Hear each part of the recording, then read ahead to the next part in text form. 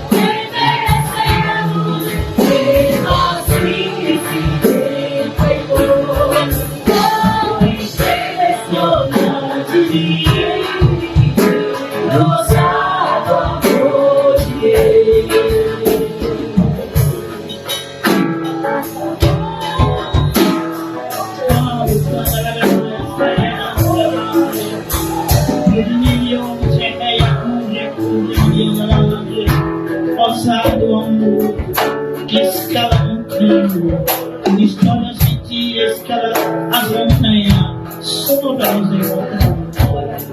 Não escrevendo a cura na só para nos achar.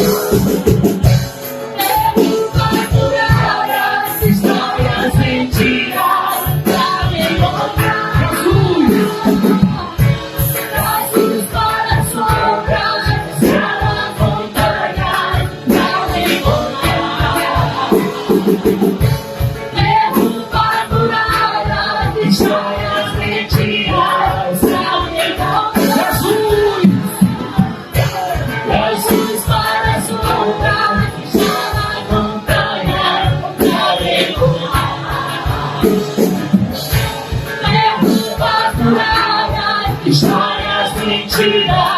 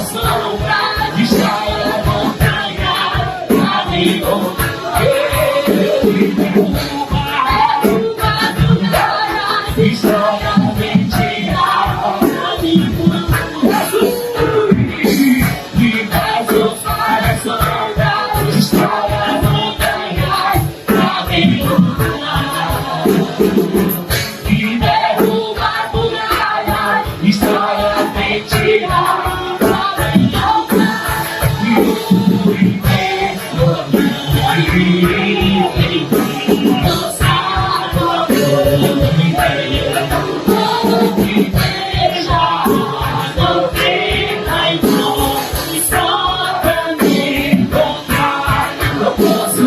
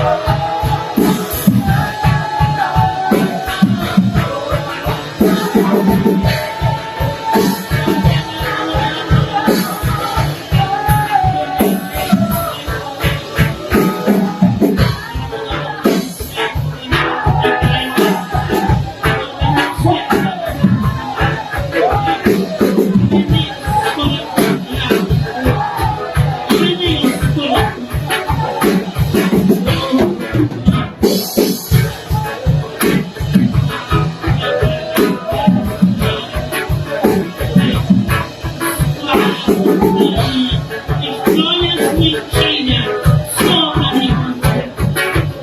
Sabe o amor de Deus se entregou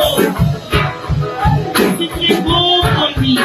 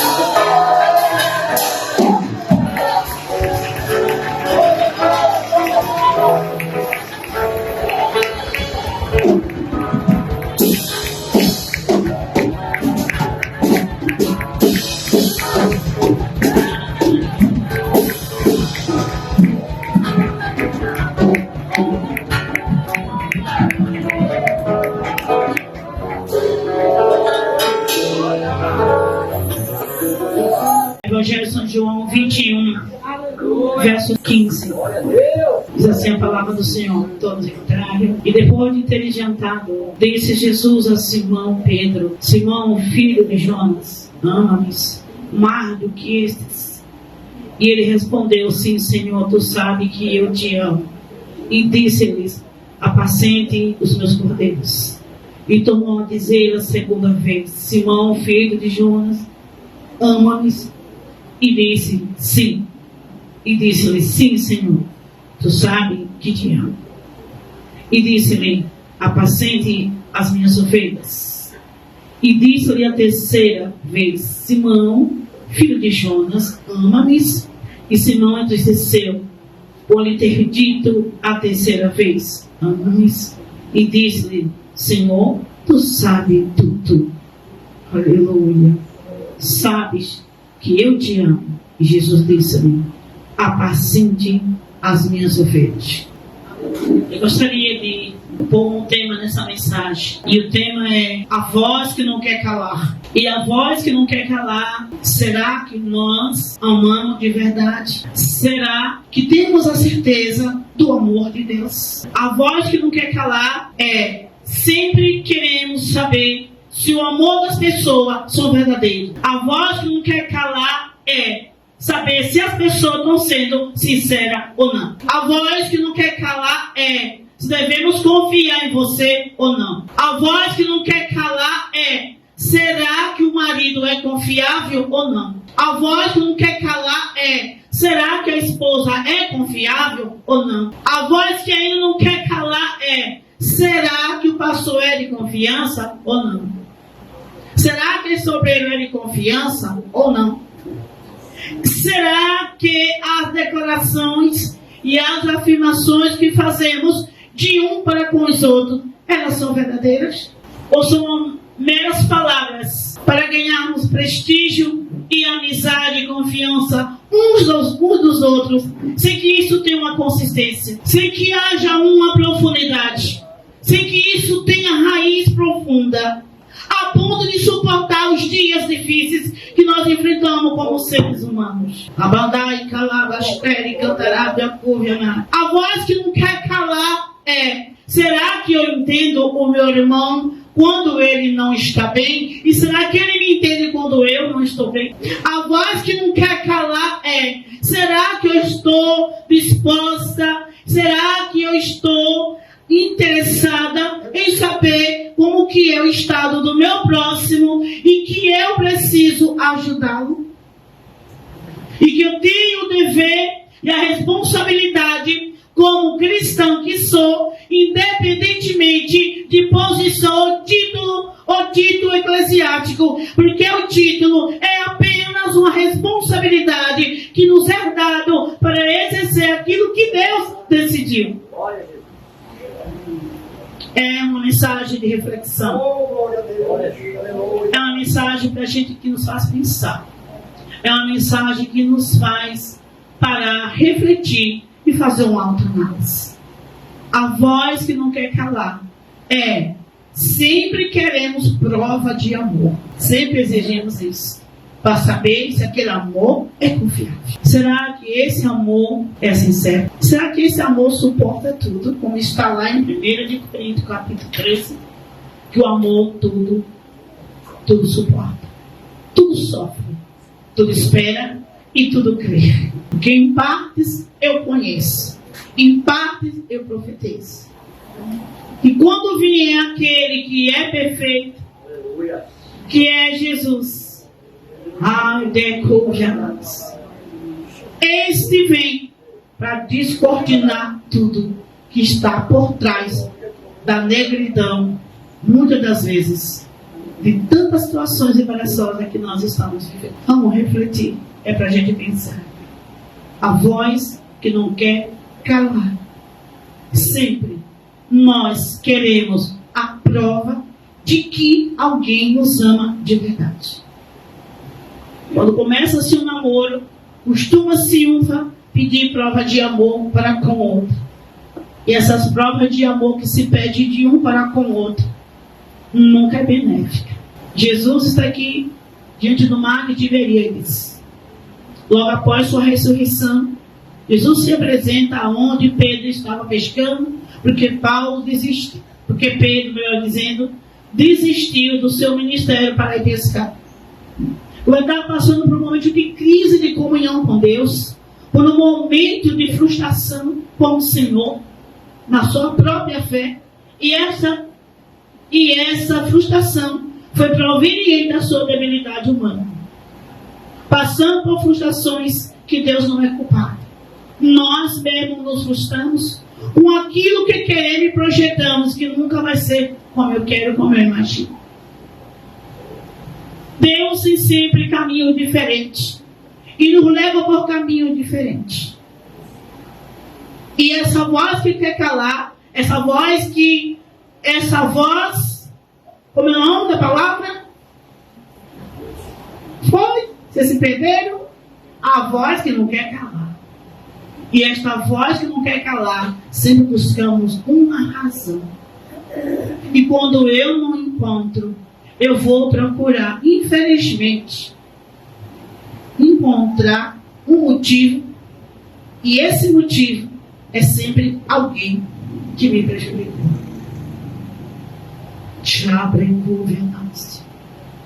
E Pedro, frustrado que ele tinha negado a Jesus, que ele tinha feito uma afirmativa de amor pelo seu mestre, como homem limitado, sujeito ao medo, sujeito a temer. Ele fez uma afirmativa que não pôde cumprir, que era, ele iria até a cruz, mas não negaria Jesus.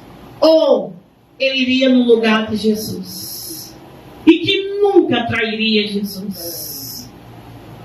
Mas Pedro não sabia que ele não tinha sido habilitado por Deus, que humanamente falando, ele não tinha a possibilidade de morrer no lugar de Jesus. Tanto é que Jesus repreendeu o mal que estava sobre Pedro naquele momento, fazendo com que Jesus desistisse da crucificação. Pedro, dessa frustração, então ele desistiu do seu ministério, pegou a rede e foi pescar. Mas nunca se vai sozinho, porque sempre tem aquele que faz companhia. E é bom ter companheiro que possa apoiar. Mas nem sempre esses companheiros vai ser para apoiar o que é certo, mas vai ser para apoiar o momento difícil na vida da pessoa. Não quer dizer que aquele apoio é o que Deus quer. Que estamos apoiando o que Deus decidiu, mas o que o próprio homem decidiu. E Pedro está lá, ele e mais alguns companheiros pegaram a rede e foram pescar. E Jesus se apresentou justamente na quarta vigília da noite. Aleluia! Na quarta vigília da noite. E disse: filho, vocês têm alguma coisa para comer? Não. Percebe alguma coisa? Também não. Vá lá, lança a rede. Mas quando eles olharam, viu que tinha provisão na praia, viu que tinha pão assado em brasas. E Jesus se apresenta. Depois do jantar, Jesus lhe pergunta: Pedro, filho de João, tu ama-me mais do que estes? Você me ama mais do que eles? Isso soou muito forte. E pela terceira vez Jesus perguntou, porque por 3 vezes Pedro o negou. E como por 3 vezes Pedro o negou, então agora Jesus pede que ele afirme isso por 3 vezes. Aleluia. Porque Pedro, ele tinha o amor filéu. O amor filéu é o amor que a gente gosta, mas não ama. Pedro tentando não tinha experimentado o amor ágape, né? Agapá, que quer dizer raiz do ágape. Então Pedro não conhecia ainda esse ágape, que é o de morrer no lugar do outro, tem que morrer pelo outro. E o amor impõe sacrifício, e às vezes o morrer para nossas próprias vontades, e o morrer para nós mesmos. É esse amor que Jesus está querendo que Pedro afirme. As afirmativas de Pedro seria essa, e por isso Jesus lhe pergunta: você me ama? Não era esse amor filéu que Jesus queria ouvir. Pedro ainda entendia do amor filéu, do amor de amizade, que é o amor de irmão com irmão, de amigo com amigo, que é o gostar apenas. E nós confundimos o gostar com o amor. O gostar, a gente, a depender, não vai muito adiante. O gostar, esse amor filéu, ele tem limite. E o limite dele é até o momento que nos é conveniente.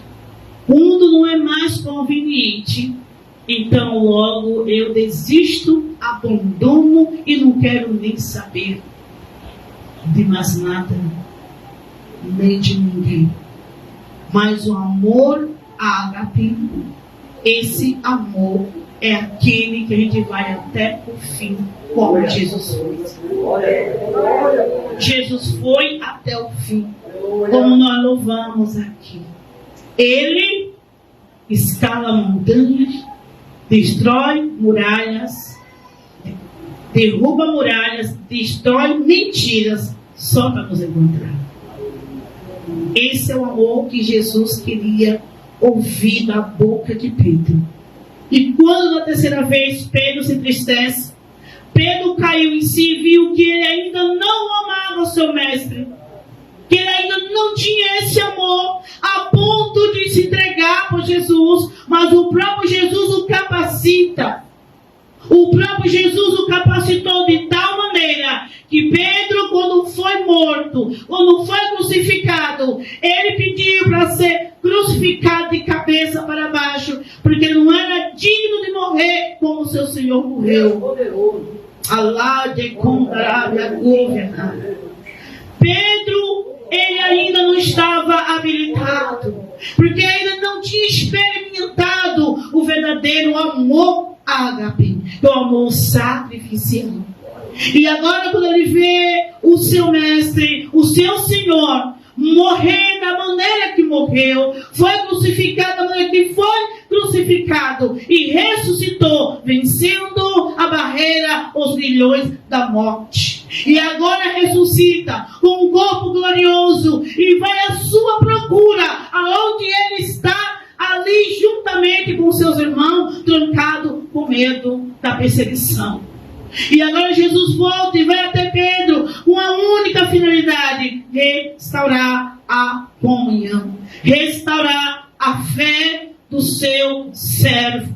Ele vai até Pedro agora com a finalidade de curar das suas decepções, das suas frustrações humanas. Ele vai até Pedro agora dizendo para Pedro assim: sem mim nada você pode fazer, sem mim você não pode fazer, mas comigo, com a minha presença, com a minha glória, com o meu amor, tudo você pode em mim, mas sem mim nada você pode.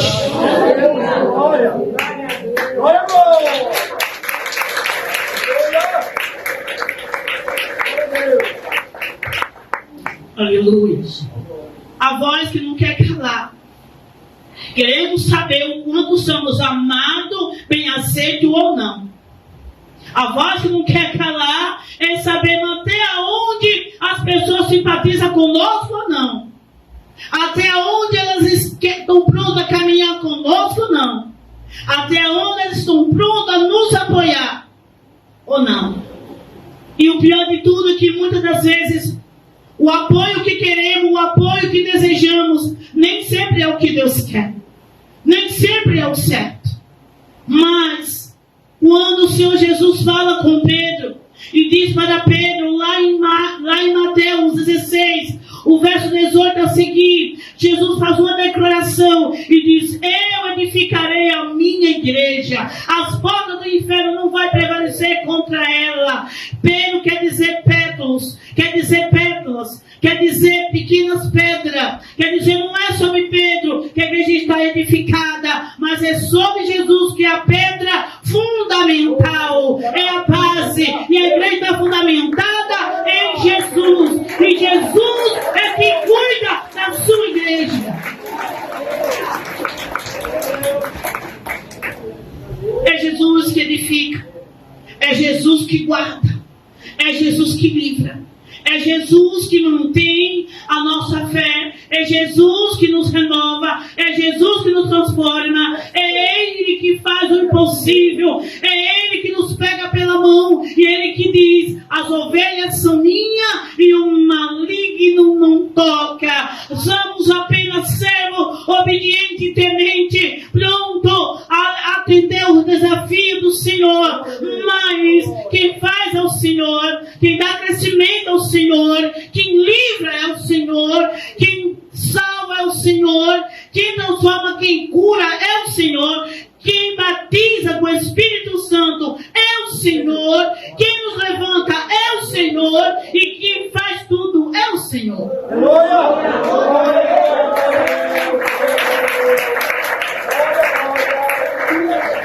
Aleluia.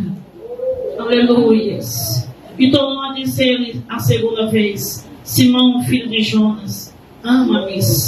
E disse-lhe Simão: aleluia, sim, Senhor, tu sabes que te amo, tu sabes que te amo. E disse-lhe: apacente as minhas ovelhas. apacente as minhas ovelhas. A voz que não pode calar na vida dos pastores é: se amamos ao Senhor e se entendemos acerca do amor ágape, eu só tenho uma responsabilidade: cuidar do que Ele me confiou, cuidar daquilo que Ele me entregou. O restante Ele faz. O restante Ele faz. Pregamos, ensinamos, oramos, amamos, corrigimos, redarguimos, exortamos, cuidamos, e o resto é Jesus. Toda parte é Ele que faz. Porque Ele coopera com aqueles que trabalham na sua obra.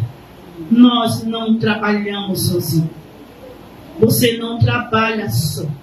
Você não faz nada só.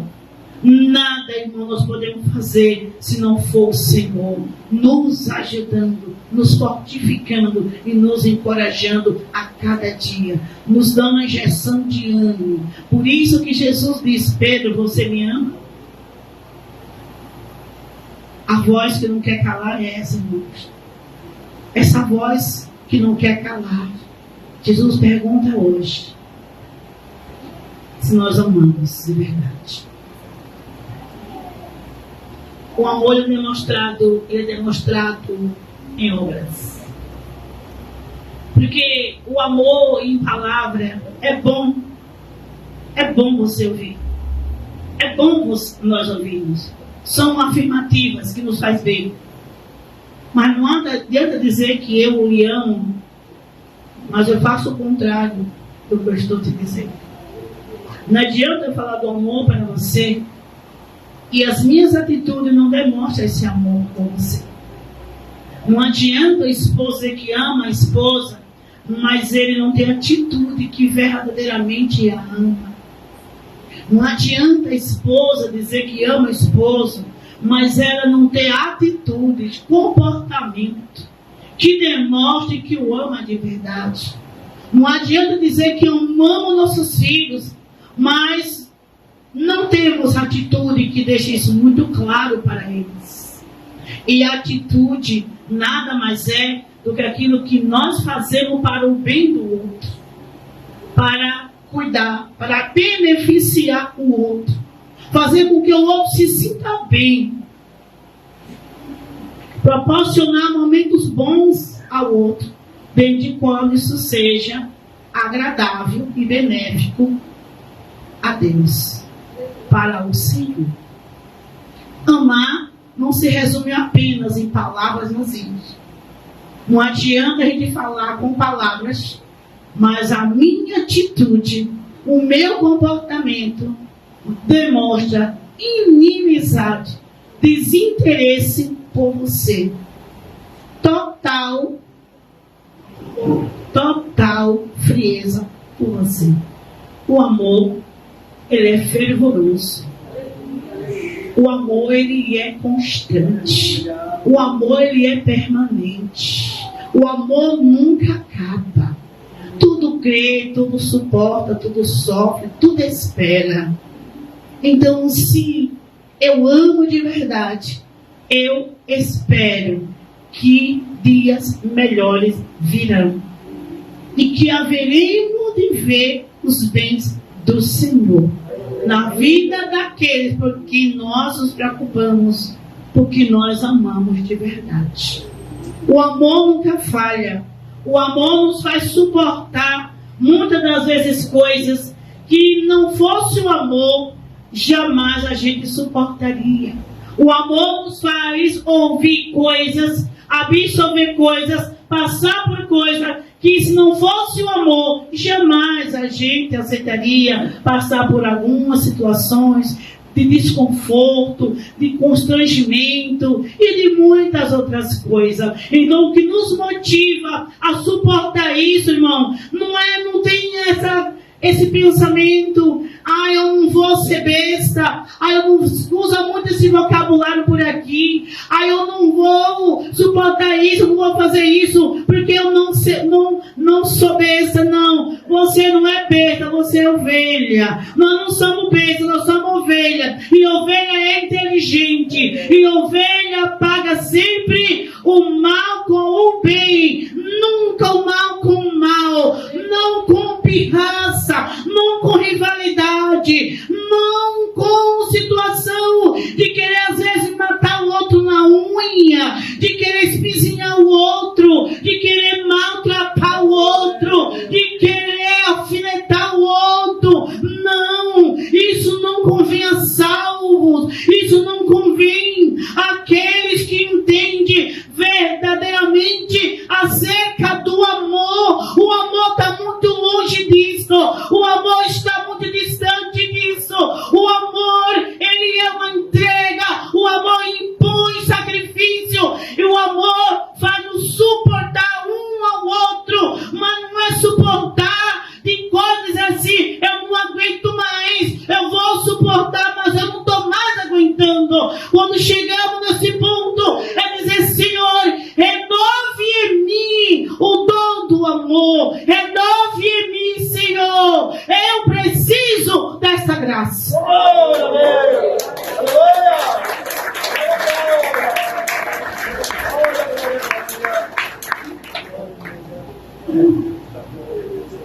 Aleluia. Disse a terceira vez: Simão, filho de Jonas, ama-me. E Simão entristeceu-se. Entristeceu por lhe ter dito a terceira vez: ama-me. E disse-lhe: Senhor, tu sabes tudo. E disse-lhe: Senhor, tu sabes tudo. Tu sabes que eu te amo. E Jesus lhe disse-lhe: apacente minhas ovelhas. Apacente minhas ovelhas. E Pedro recebeu essa incumbência. Ele foi movido pelo amor ágape, que nós sabemos como foi seu ministério. Ele foi movido pelo amor ágape, que se tornou o maior líder naquele momento da igreja primitiva, e que viveu ali em renúncia, em conformidade com o amor de Deus, em conformidade, o amor de uns para com os outros, em conformidade, em amor com os seus irmãos, com os outros missionários, com os outros pastores, com os outros obreiros. E a igreja foi muito longe, a igreja cresceu. Ele entendeu essa linguagem de tal forma que quando preso, ele, Tiago que é logo decapitado ali pelo imperador romano. Então logo podemos perceber que Pedro entendeu essa mensagem de tamanha convicção, com tanta força, que ele está preso, está algemado, está ali no tronco, e ele agora está dormindo, e ele agora está confiando no seu Senhor, que lhe chamou, que lhe confiou e que lhe capacitou para até mesmo morrer pelo seu nome, para morrer pelo seu Senhor. Pedro agora não está mais preocupado, ele está sobre o julgamento de Roma. Pedro agora não está mais com medo. O Pedro que antes nega o seu Senhor, agora ele se entrega de tal maneira que quando preso está ele dormindo, descansando. É uma entrega total, sabendo que Tiago tinha sido morto, e ele sabia que no outro dia seria ele, mas mesmo assim, esse amor entrou no seu coração, na sua alma, tamanha convicção, isso se enraizou dentro da sua alma, que mesmo à beira da morte, a ponto de ser morto, ele está dormindo e descansando no Jesus que lhe chamou, no Jesus que lhe escolheu, no Deus que lhe habilitou para sofrer pelo seu próprio nome. E Jesus, ele é tão fiel, ele é tão maravilhoso, que diz para Pedro, foi o único, desde que o Senhor falou, disse: olhe, vai chegar o tempo que tu vai morrer. Vai chegar o tempo que você vai ser um mártir. Porque você vai ser levado para onde você não quer ir. Você vai ser levado. Outros te levarão, mas levarão a morte. Deus. Labracanta, erebe a couve, amai. Lebiandubre erebe a couve, amai. Na tradução hebraica, vai somente dar essa descrição. As primeiras duas perguntas que Jesus faz para Pedro. E Pedro lhe responde: sim, eu amo, Senhor. Eu amo, sim. Mas na terceira pergunta, isso é uma afirmativa. É uma pergunta e uma afirmativa. E na terceira vez, Pedro entende e Pedro chora, Pedro se entristece nesse momento, porque ele entendeu que ele ainda não tinha esse amor a ponto de morrer por Jesus. Ele ainda não, nesse momento ele entendeu agora qual era a mensagem que Jesus estava transmitindo. Porque o Senhor fala a primeira, a segunda e a terceira vez, nós entendemos o que Deus está nos dizendo. Ele entendeu que Jesus estava falando, não era do amor filéu, que é o amor de amizade, que é o amor apenas de gostar, que é o amor apenas de simpatizar, de caminhar junto, de estar junto. Ele agora compreende que era o amor, o verdadeiro amor, o ágape. Aleluia. Sacrifício, entrega. E ele agora se entristece porque ele entendeu, ele compreendeu qual era o amor que Jesus está a lhes falar. Ele agora entende perfeitamente. E ele se entristece. Por que ele se entristece? Porque ele cai em si. Ele se entristece porque ele se lembra que ele negou o seu mestre, porque ele tinha apenas amizade pelo seu mestre. Tanto é que ele negou dizendo: eu não o conheço. Eu não sei do que você está falando. Eu não sei quem é este. Eu nunca tive com ele.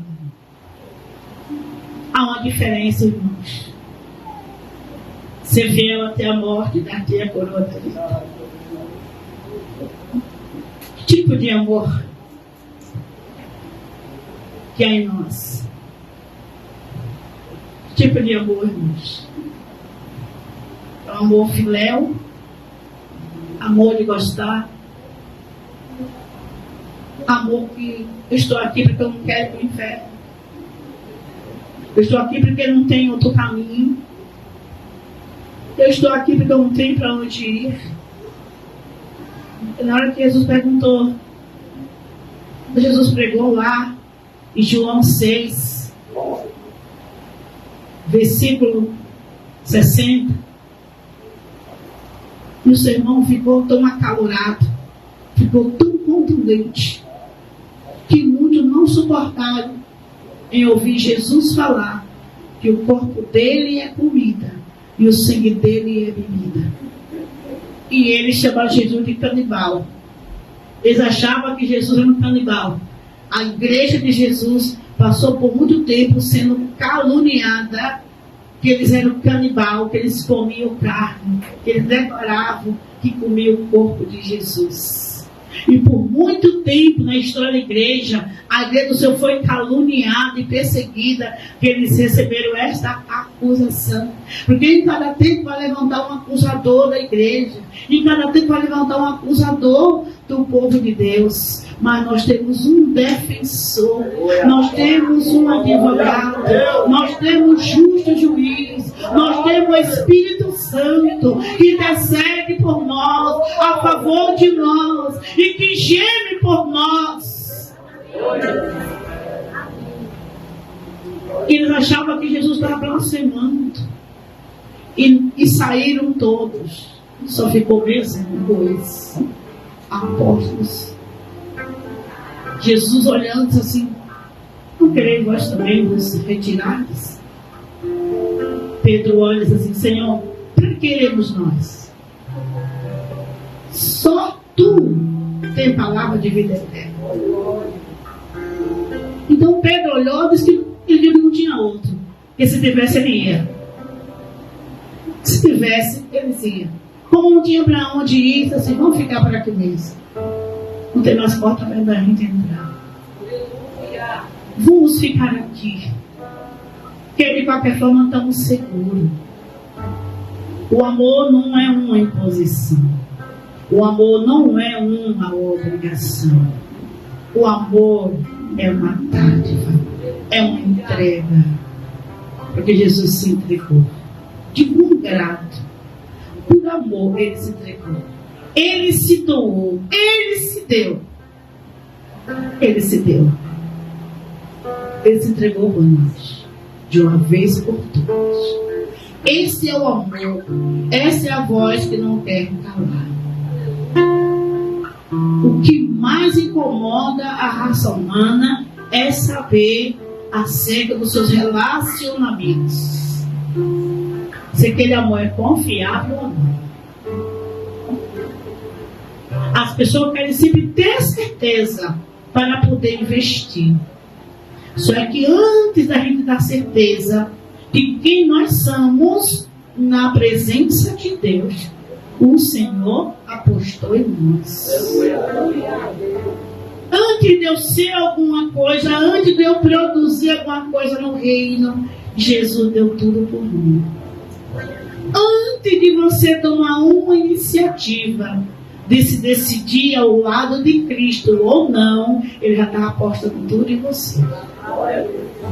Ele já estava cuidando de você, preparando o seu futuro, preparando o seu caminho, preparando sua família, preparando sua finança, projetando o seu ambiente natural, seu habitat natural. Ele já estava dando um livramento, te defendendo do acusador, te livrando da morte, te livrando, te guardando, lhe dando saúde, lhe dando vida, lhe honrando e projetando tudo em você, antes mesmo da gente tomar uma decisão.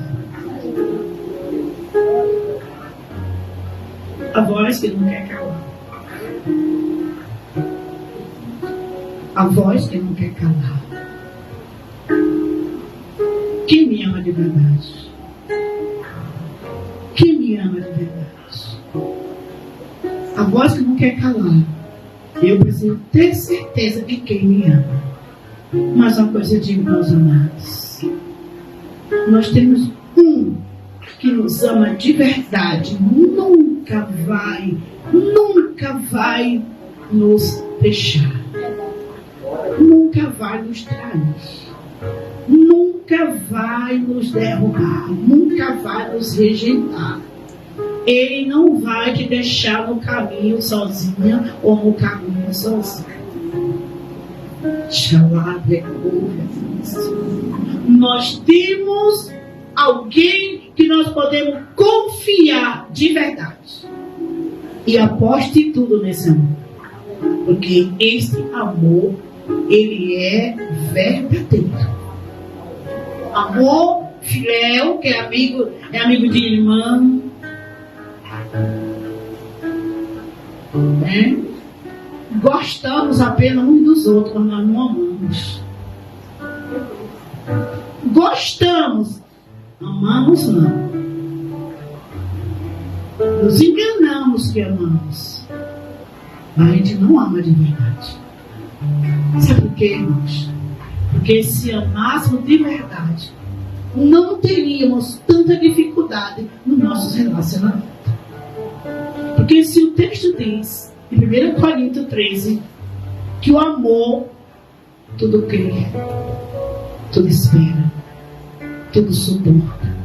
Ele não se trata com leviandade, nem com desconfiança, nem com ciúme, nem busca os seus próprios interesses. Já tem alguém aí que não está buscando os seus próprios interesses? Porque eu estou buscando os meus ainda.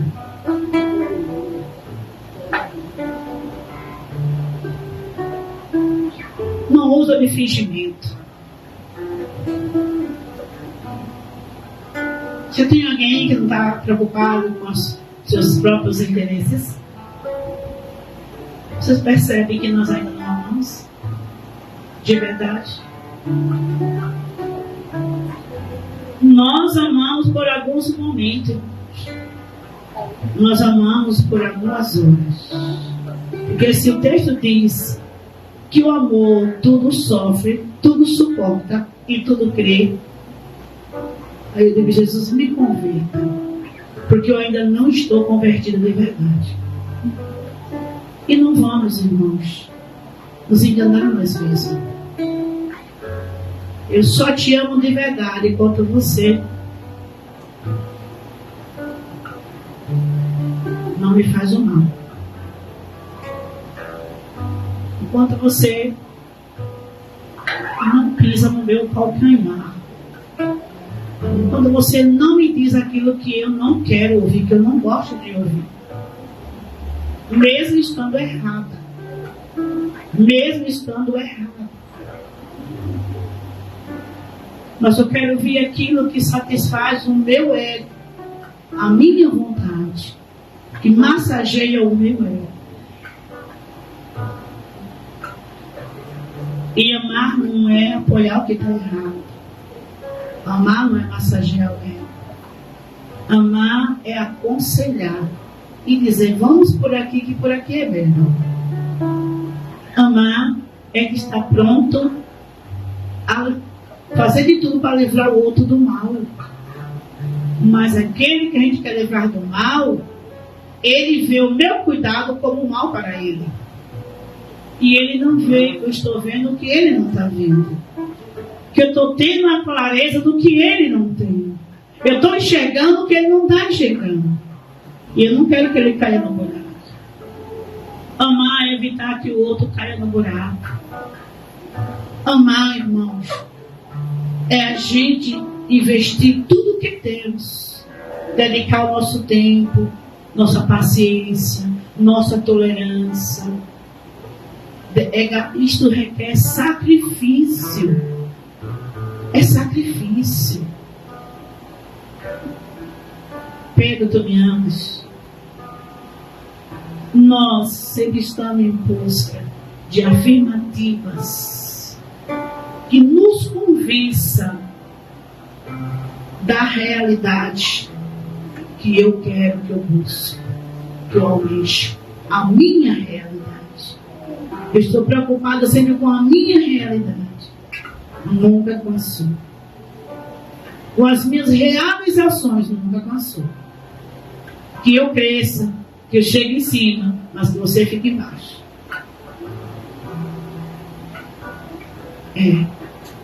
Que você trabalhe, que faça tudo, mas que eu exerça menos esforço. E amar é tudo um pacote. O amor sacrificial requer entrega, sacrifício. O amor filéu, amigos, irmãos, que a gente apenas gosta, mas não tem sentimento de amor por ele. E o amor eros, que já é a parte sentimental, que envolve namoro, noivado, casamento, relacionamento entre um homem e uma mulher. Mas se o amor ágape não estiver nesse relacionamento, neste lar, nesse casamento, nesta família, teremos grandes problemas. Se não tivermos esse amor em alta em nós, vai ficar muito difícil continuar em um relacionamento aonde só um ama, aonde só um constrói, aonde só um se esforça para que as coisas andem bem. É ambos. Um amor egoísta não vai subsistir em um casamento aonde o ágape não está em alta, aonde o amor a Deus, o amor verdadeiro, não faz parte desse relacionamento. É o que a gente está vendo hoje. Muitos divórcios, muitos lares desmoronando, muito divórcio no meio do povo de Deus, filhos saindo de casa, filhos se perdendo, filhos se desviando, filhos se revoltando contra Deus e contra a igreja. Por que será? Será que a influência do mundo é maior do que o amor que ele recebe em casa? Será que a amizade dos colegas, dos amigos? Será que a amizade de fora? Será, irmãos, que a influência de fora é maior do que o amor que nós temos com nossos filhos? Porque se o amor que temos para nossos filhos for muito maior do que o que está lá fora, nunca nossos filhos irão abraçar o mundo. Nunca. Porque até o animalzinho gosta de ser bem tratado. Até o animalzinho gosta de ser amado. Você cria um gatinho, põe no seu colo, cuida dele, você vai atrás de você. Será que um ser humano que é bem amado, que é bem cuidado, que tem o devido cuidado dos seus pais, será que eles vão largar o carinho, o amor do seu lar para ir em busca de aventuras lá fora? Vamos pensar nisso. Vamos pensar nisso, irmãos. Vamos pensar. Vamos pedir ao Senhor que nos dê sabedoria, que nos dê entendimento, que venhamos entender de verdade o que é amar. Porque quando nossos filhos, eles percebem o amor dos seus pais de um para com o outro, queridos, isso faz toda uma diferença.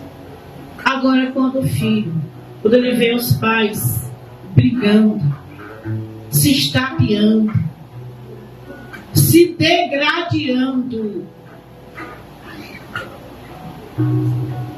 desrespeito, a criança que é criada dessa forma, só a misericórdia de Deus. Um lar que não tem regra. Um lar desregrado. Que ninguém tem horário para nada. Que não se valoriza primeiramente com a vida ajustada com Deus. Que não se prioriza o que é de mais importante, que é o amor a Deus. É a fidelidade ao Senhor. É o temor ao Senhor. É o bom testemunho. Um lar dessa forma, só Deus pode ter a misericórdia. Porque é um lar desregrado. Um lar cristão onde se ouve gritarias, desrespeito, um desrespeitando o outro, acusando o outro, um se vingando do outro. Palavras de menosprezos. Da esposa grita com o marido, acusa o marido e vice-versa. Isso é horrível para a criança. Não brigue, não discuta, não é para discutir em momento algum. Mas se porventura chega essa hora do dono não suportar e ter aquele momento, a discussão acalorada, pelo amor de Deus, não faça isso na frente dos seus filhos. Você está destruindo o sonho dos teus filhos. Você está matando a fé do teu filho. O respeito dele para com vocês. Porque se o casal não se respeita, logo os filhos também não respeitam seus pais. Não tire a autoridade do seu esposo. Não tire a autoridade da sua esposa perante o seu filho. A criança precisa saber que o pai tem autoridade em casa. A criança precisa ver isso. Em casa quem manda é o marido. Quem manda é o marido. Claro, em concordância que seja tudo dentro do que é de certo. Mas se você não pode mudar a cabeça do seu marido, se ele é teimoso, obstinado, relapso, ausente, é um pai ausente, é um marido ausente, Ore por ele.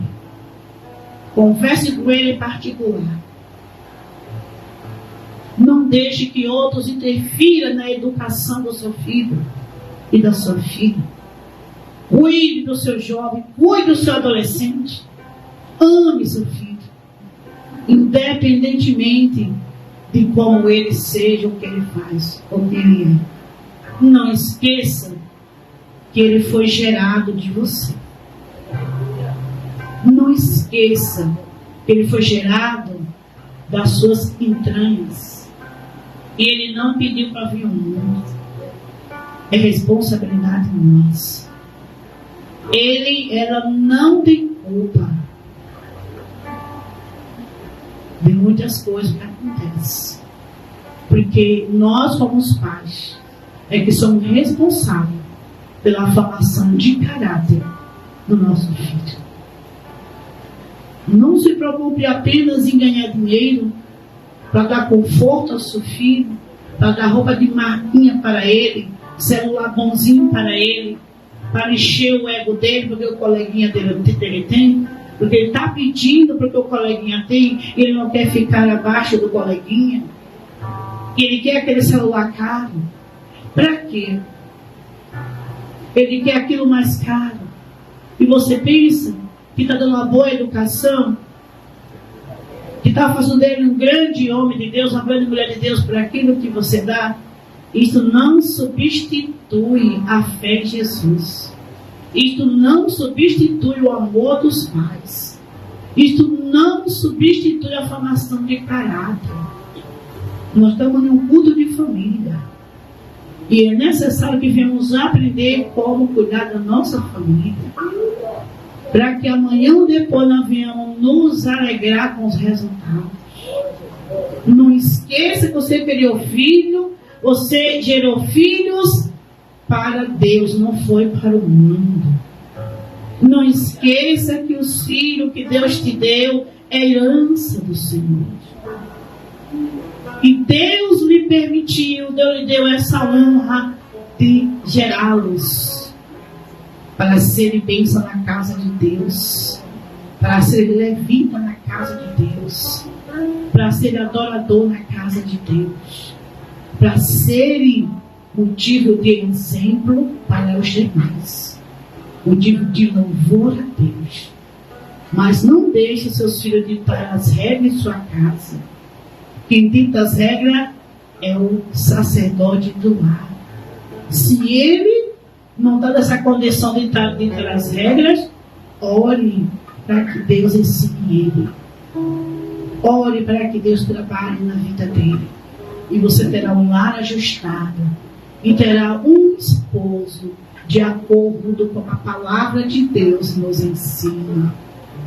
Com perseverança, com cuidado, com zelo, com todo o amor. Cuide do seu lar. Tanto o esposo quanto a esposa. O maior bem que você tem lá dentro é os seus filhos. O maior bem que tu tem lá dentro é o teu casamento. O maior bem que você tem lá dentro é o seu esposo, é a sua esposa, é a sua alma. As demais coisas Deus vai acrescentar. Isso implica no amor.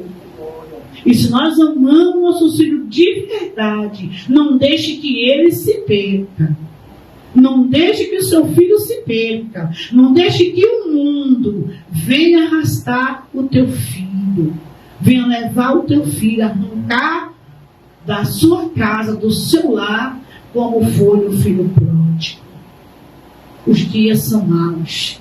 Mas nós, como servos de Deus, devemos ter todo cuidado. E a voz que não quer calar e não deve calar é: o amor tem que prevalecer em nosso meio. O amor é que tem que prevalecer além da minha casa, além do meu lar, além do meu casamento, do meu relacionamento conjugal. Tem que ser a lei, esta lei do amor. E contra o amor não há lei. Não existe outra além da lei do amor. Porque por amor o Senhor Jesus nos alcançou. Foi por amor amor que Ele nos escolheu. Foi por amor que Ele morreu. Foi por amor que Ele aceitou vir a este mundo. E quem realmente conhece a Deus tem que desfrutar e demonstrar esse amor na prática. Cuidar é amar. Se preocupar é amar. Se preocupe com o estado espiritual da sua casa. Glória a Deus. Provérbios 27 e 23 vai dizer assim: procure conhecer o estado do teu rebanho, das tuas ovelhas, e ponha no rebanho o seu coração. Procure conhecer o estado das suas ovelhas e ponha no rebanho o seu coração. Isso não serve só para pastor. Serve para você, pai. Serve para você, irmã. Procure examinar o estado espiritual, o estado do seu filho. Procure examinar o estado da sua filha.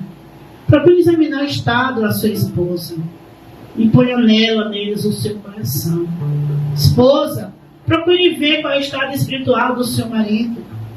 E ponha os cuidados do teu coração sobre ele e ajude-o. Ore por ele. A voz que não quer calar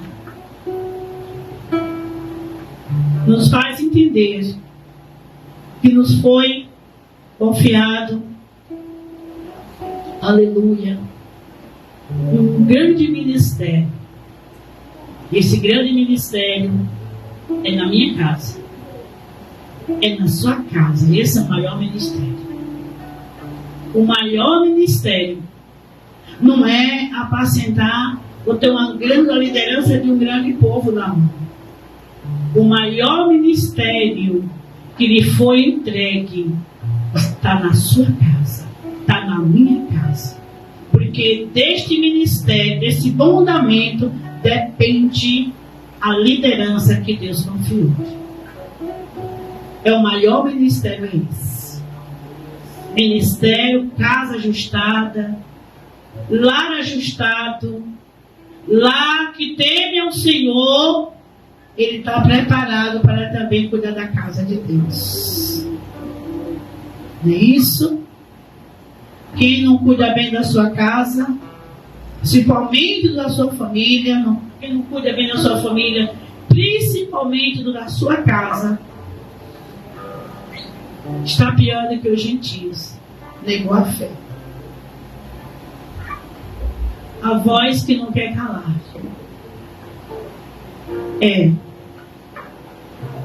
Precisamos ter certeza se amamos de verdade. E antes de eu querer de você, primeiro eu tenho que fazer. Todo mundo, irmão, quer ser amado. E todo mundo quer ter certeza do amor uns dos outros. Não é poucos hoje não fica nas igrejas, porque chega nas igrejas não é nem notado, chega nas igrejas não é visto, não é bem acolhido, não é bem recebido, e a ideia que transmite é que ele não é bem aceito naquele lugar. Hoje, irmãos, entra-se em igrejas, nem um abraço, nem um bem-vindo, nem a paz do Senhor não é dado.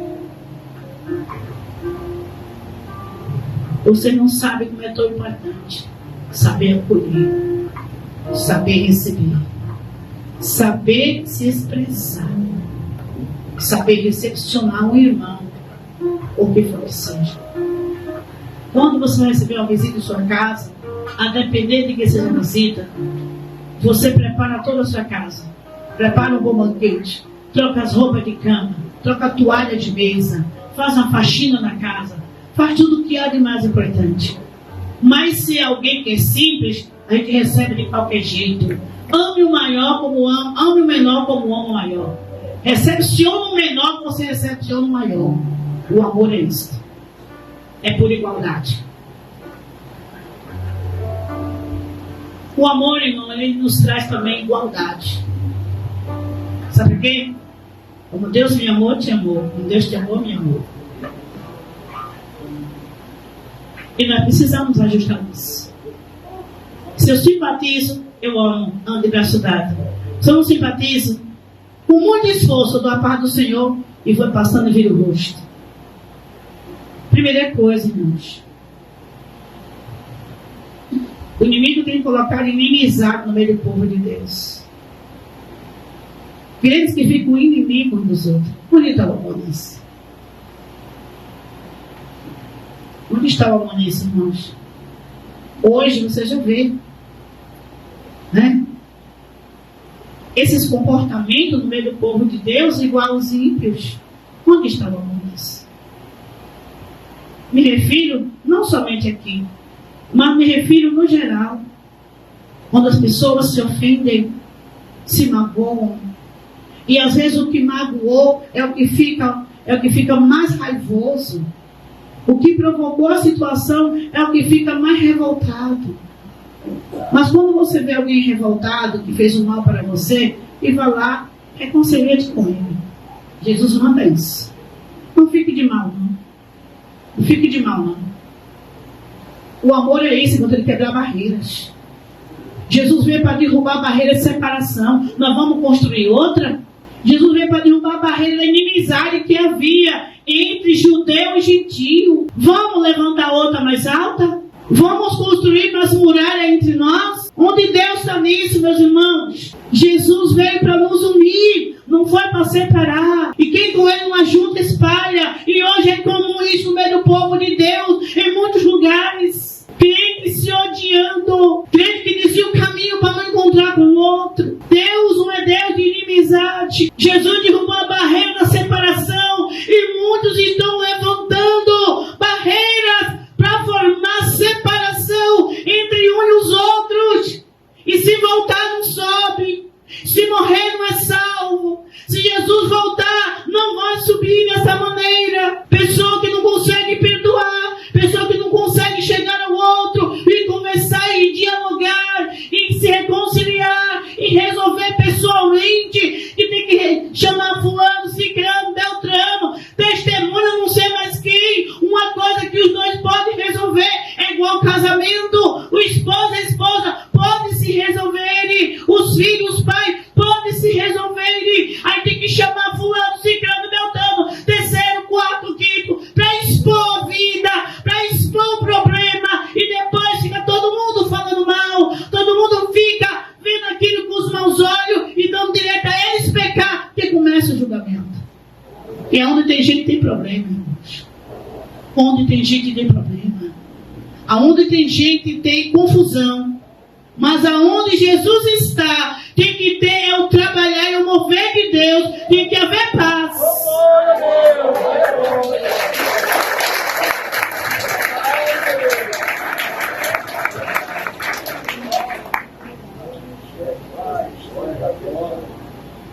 Glória, glória, glória.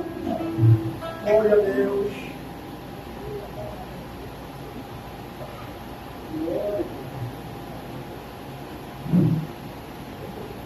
Estamos aqui no momento de Santa Ceia. Quantas das vezes nós ceamos indignamente, de maneira irreverente, com ressentimentos.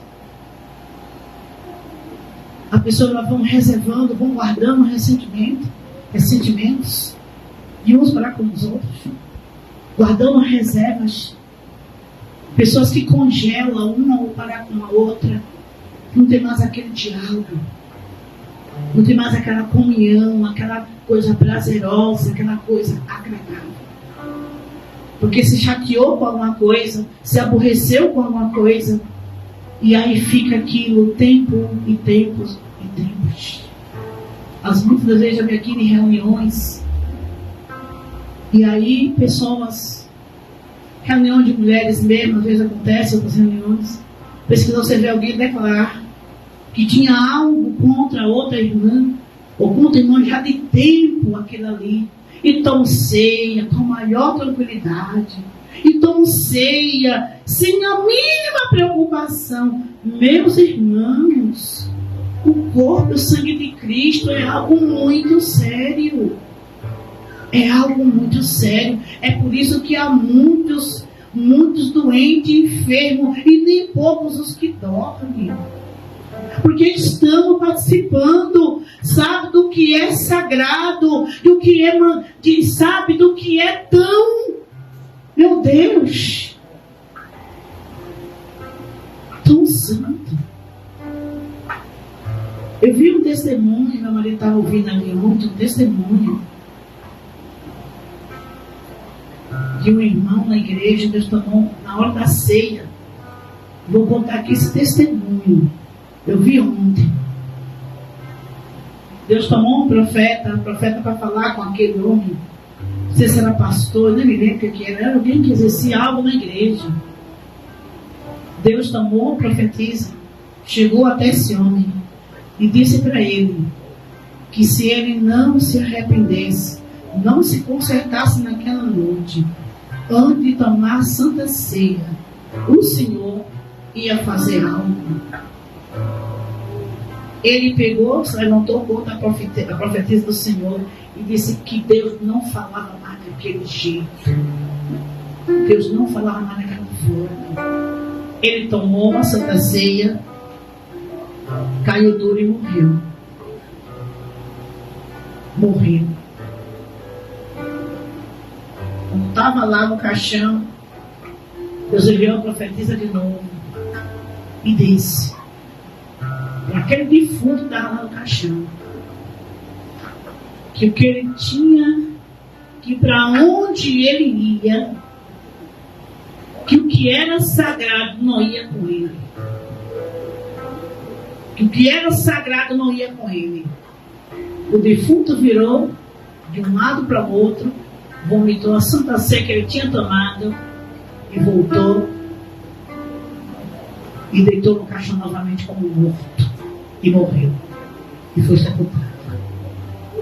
Irmãos, vamos ter cuidado com a Santa Ceia. Vamos ter cuidado. Porque às vezes a pessoa está com algo muito ruim dentro de si, contra alguém, com raiva de alguém, que esse alguém nem sabe que ele está com raiva dele. Acontece muito disso. A pessoa reserva coisas, guarda coisas que aconteceu e que aquilo houve no momento, foi de maneira intencional, bobagem, e aquilo vira um cão dentro do outro, e o diabo é especialista em fazer isso. O diabo põe um ódio, que o diabo ele é terrível, e a pessoa começa a ver coisa que não existe, começa, infelizmente, ter um entendimento que não é aquilo dali, entender as coisas como ela quer, ou como ele quer, né? E ali fica, guardando.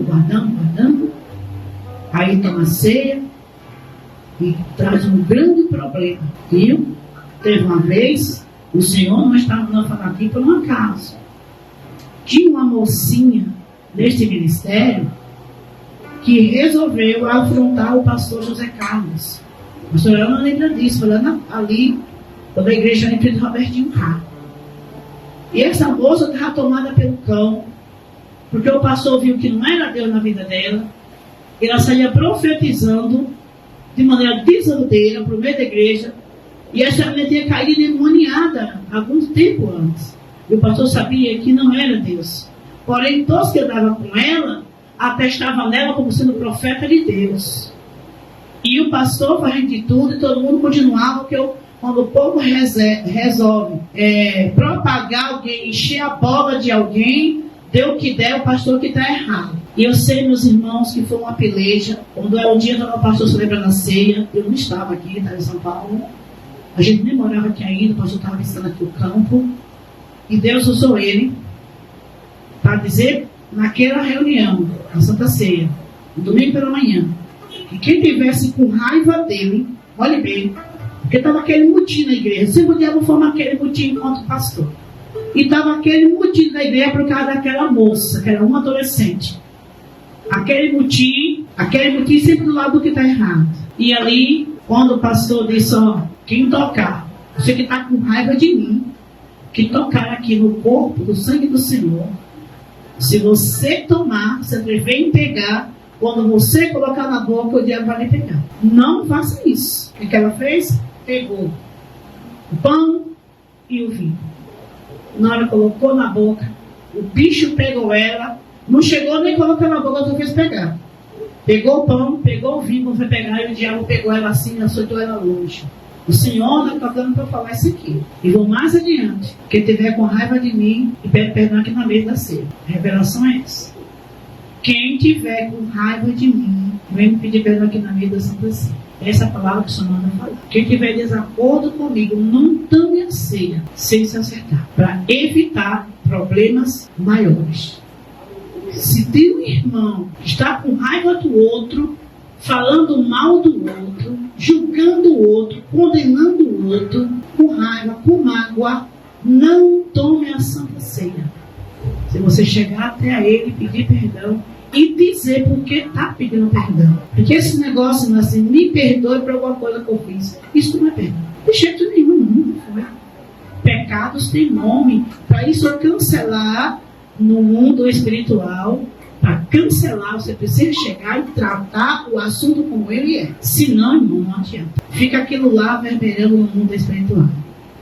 Então, repito de novo. Não toque no corpo e no sangue do Senhor. No sangue do Senhor. Aqui é um memorial. Mas a partir do momento que nós memorial, que a lembrança do que Jesus fez está em memorial. Em memória de Jesus. Não é em memória do homem. Não é em memória do nosso pastor que já está com Cristo. Mas é em memória, em lembrança, em referência ao que Jesus fez por nós. Jesus morreu por nós. Ele se entregou por nós. Irmão.